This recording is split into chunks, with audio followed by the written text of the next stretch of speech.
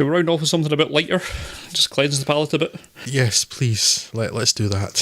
89-year-old Agnès Varda, doyenne of La Nouvelle Vague, the French New Wave, and 34-year-old photographer and muralist J.R. may not seem an obvious pairing, but their easy chemistry is one of the keys to the success of the charming documentary Visages, or in English, Faces Places. Having met only recently, with each being an admirer of the other's work, Varda and J.R. take off around rural France in J.R.'s distinctive camera van, looking for interesting places and interesting faces to photograph, using J.R.'s black and white building-sized murals. The geniality and repartee between the two friends belies the short length of their acquaintance, with the relationship between them marked by warmth, respect, but just enough friction and teasing that we could believe that they had known each other for decades, or even that they were family. Their bonhomie and warmth is not just limited to each other, as they seem genuinely interested in the people that they meet, and they're never condescending or dismissive.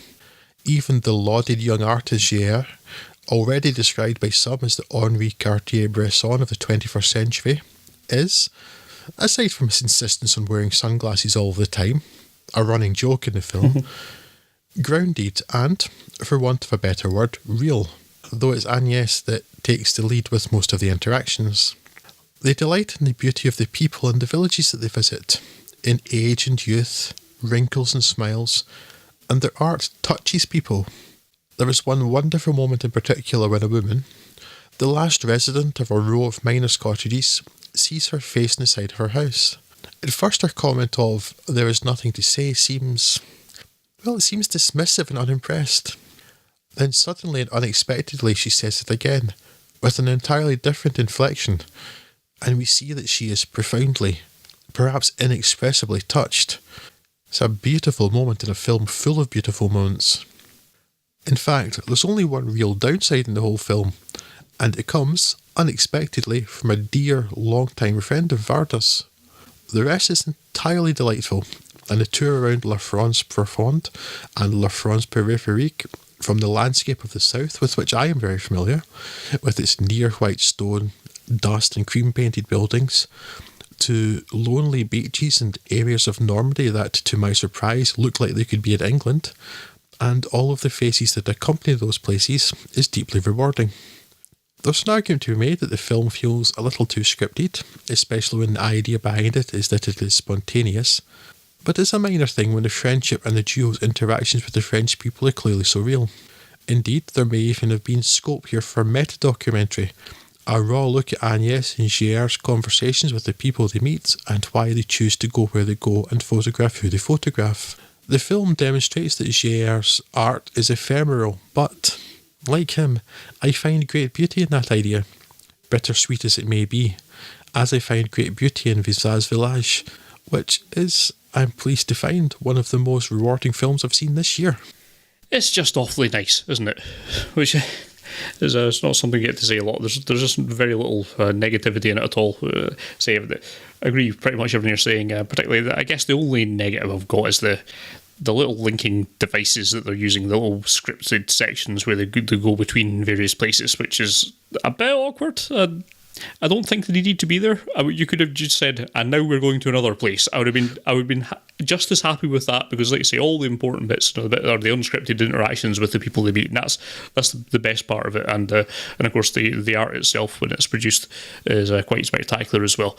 So yes, it's really interesting to watch this kind of thing, because it's a sort of photo project I might kind of stumble across on a website and spend maybe 2 minutes flicking through it and going, "Oh, that was nice," and then never thinking about it again.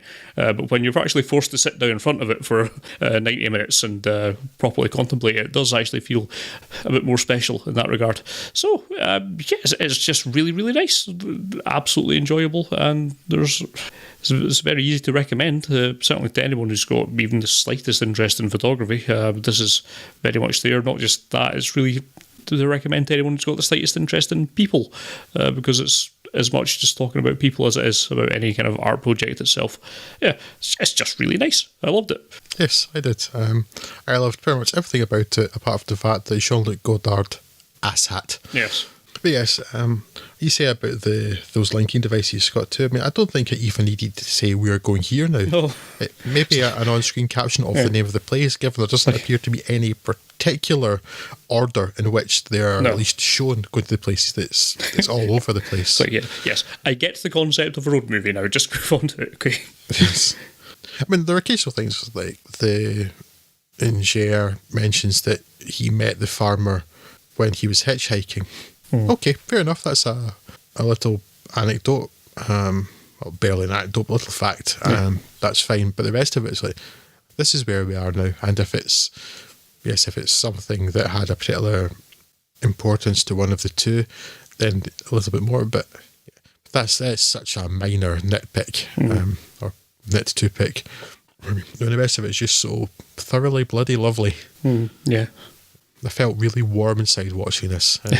And I kind of wish I'd watched this before Detroit rather than after it, because it might really have been a good thing for the soul. Yes, thoroughly recommended this film.